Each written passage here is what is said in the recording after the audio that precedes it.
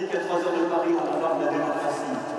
Tandis qu'en France, certains voudraient nous ramener des années en arrière. Nous sommes là, militants de l'idéal. Nous sommes là, dans la plus grande salle d'Europe. Là, en termes d'intensité, c'est bien ou pas? Nous sommes là, mes amis, à 8 jours du premier tour de l'élection présidentielle. Je te fais la transition là. En 2017, nous avons été élus pour lutter contre l'assignation. Malgré les crises, nous n'avons jamais renoncé. Malgré les crises, nous avons tenu nos promesses. Stigmatiser, séparer, être stigmatisé et n'avoir pas les mêmes chances. Tu notes un jour. Tu vois l'endroit? Oui. Il y a des motifs. Clairement. Jusqu'au dernier moment. C'est quand le dernier moment? Ce garçon en situation de handicap, de handicap. 2 minutes avant.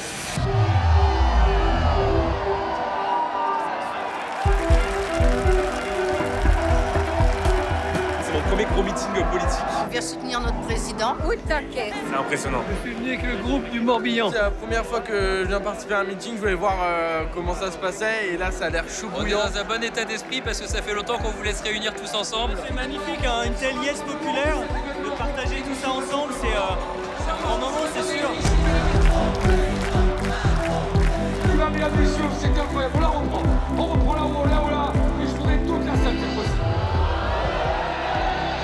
C'est vrai que c'est pas acquis, mais enfin bon, j'ai quand même de l'espoir. Pour l'élection, confiant, mais rien n'est joué. Parce qu'il a 2 guerres à gérer, hein. La Covid et puis ce qui se passe à l'Est. En tant que présidente de la Maison de l'Afrique, c'est le seul qui a porté justement un programme positif pour mon continent. Une de ses forces, c'est d'être proche des gens et d'être convaincant.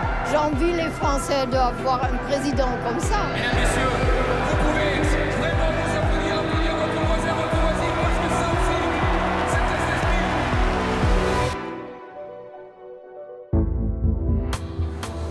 Papa, il nous reste une tribu, le poumon de parler des Français. 14. De musique.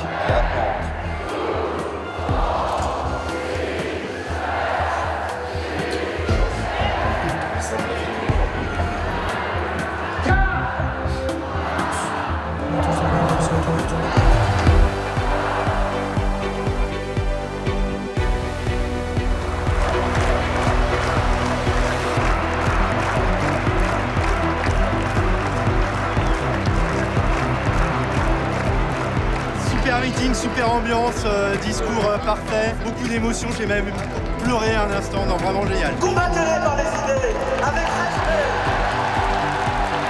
Alors aidez-nous, rejoignez-nous.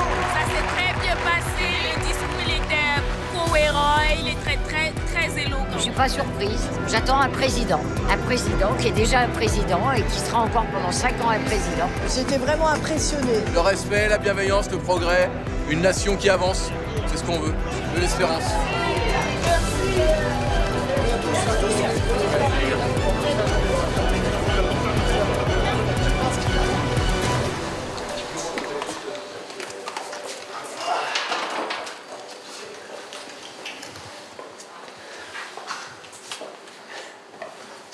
J'ai vieilli quand même.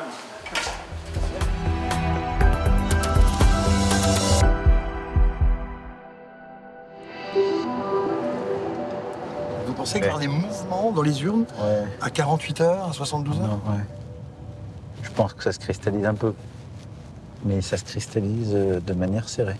Les gens sont inquiets, ils voient les conséquences concrètes sur les prix, ils ne font pas forcément le lien avec la guerre, et ils peuvent céder à des réponses court-termistes, même démagogues. Mais donc c'est aussi pour ça qu'il faut faire à la fois de la pédagogie, apporter des réponses aussi, il ne faut pas lâcher. Moi j'ai toujours été pour aussi apporter des réponses de court terme. Donc il faut aller chercher les points. Faut aller les chercher. C'est un peu le bilan de l'Arena. Rejoignez-nous, rassemblez-vous. Ouais, c'est ça, mais le bien de l'Arena, c'est de montrer qu'il y a de l'énergie et de l'envie. Déjà. Il y a de l'énergie, il y a de l'énergie, il y a de l'envie. Et les gens, ils sentent ça. Ensuite, c'est le message, je crois, d'unité et d'action. C'est l'unité pour agir. C'est ça ce qui importe. Bonjour à toutes et tous. Faut dans cette campagne répondre aux urgences du moment. Pouvoir d'achat, l'emploi, la peur du lendemain, la sécurité. Je vais, moi, dans les jours et les semaines qui viennent, aller chercher un par un la confiance de nos compatriotes. Et je le fais parce que j'aime ce qu'est notre pays, j'aime nos régions, nos terres, leur diversité, leur force.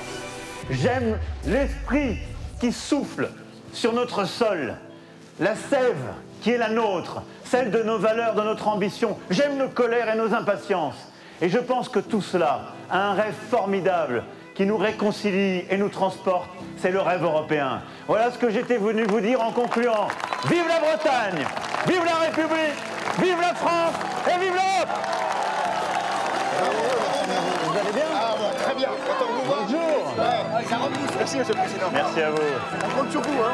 Mais on va continuer de se battre. N'oubliez pas vos vieux paysans. Non, jamais. Vous êtes en forme? Oui, en forme. Bon, vous ne lâchez rien, hein? Jamais. Une photo avec tous les jeunes, là. Alors, est-ce qu'on a tout le monde? Ouais. Voilà. C'est sympa d'être venu dans notre petite... Ah, mais je suis content d'être là. Merci à vous. On lâche rien. Monsieur le maire? Ah, voilà. Merci encore.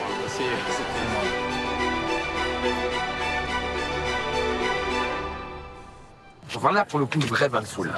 Ouais. Vous trouvez que c'est plus dur qu'il y a 5 ans? Non, c'est très différent, je peux pas dire. Moi, je trouve que le pays est quand même très fort et a su affronter cette crise et maintenant cette guerre. Qu'il est fracturé, qu'il a des divisions, mais qu'on arrive malgré tout à les réunir. Il y a 5 ans, les gens parlaient que de chômage.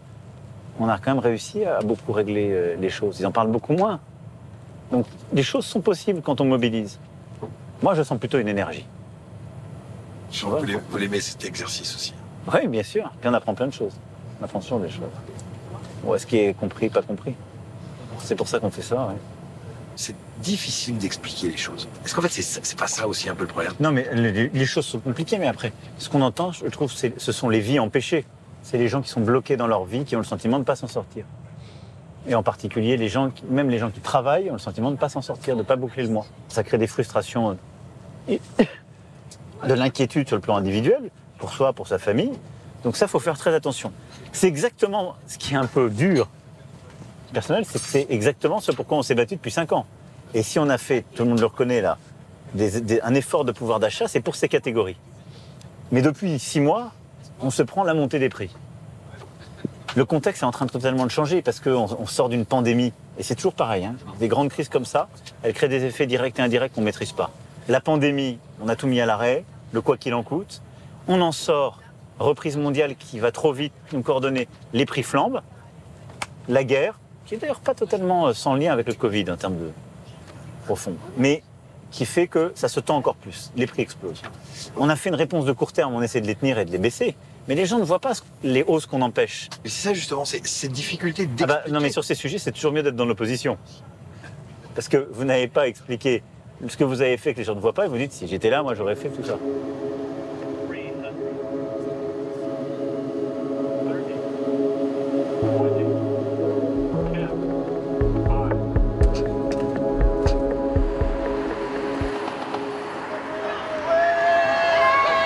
Comment ça va? Vous êtes adorable d'être là comme ça. Merci beaucoup. Ça va? Très bien. Il y a le marché qui vous attend.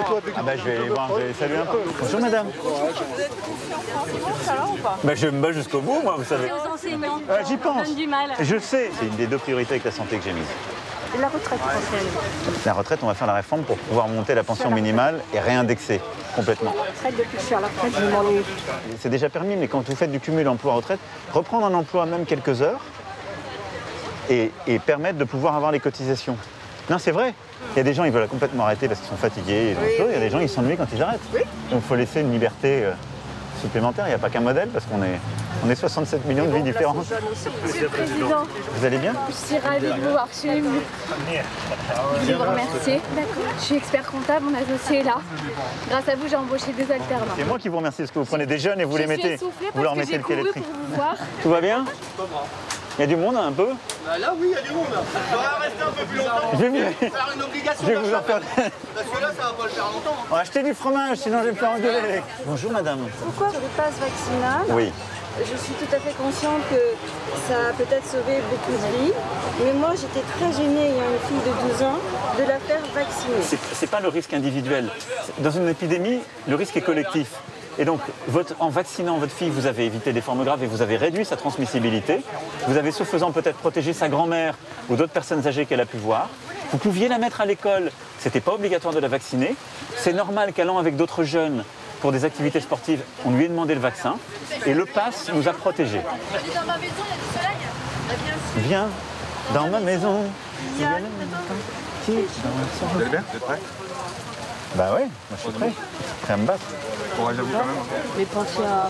Parce que franchement, tout monte. C'est dur. Hein, je sais. Bah là, on l'a bloqué sur les matières premières. L'alimentation, ça a beaucoup monté là. Ça augmente. Et parce que les agriculteurs, ils galèrent pour... On a du mal à monter. Qu'est-ce qui a le plus monté chez vous? Merci parce que grâce à vous, on n'a pas fait faillite. Grâce aux aides que vous avez données. Vous êtes dans quel secteur, vous? Moi, j'ai un stand de marché, j'ai 2 magasins de textiles. Et grâce à vous, honnêtement, on a pu tenir la route. Ça, c'est notre argent à tous. Hein. Mais c'est ce que je réexpliquais à la radio ce matin. Parce que M. Langlais, il me disait, on a trop dépensé pendant le Covid. Je lui dis, non, on aurait sinon dépensé en chômage. Bah, merci beaucoup. Bon courage à vous, bonne course. Allez. Merci à vous. Bonne journée. Merci à tous. Bon courage. Benjamin, bon courage. Merci beaucoup.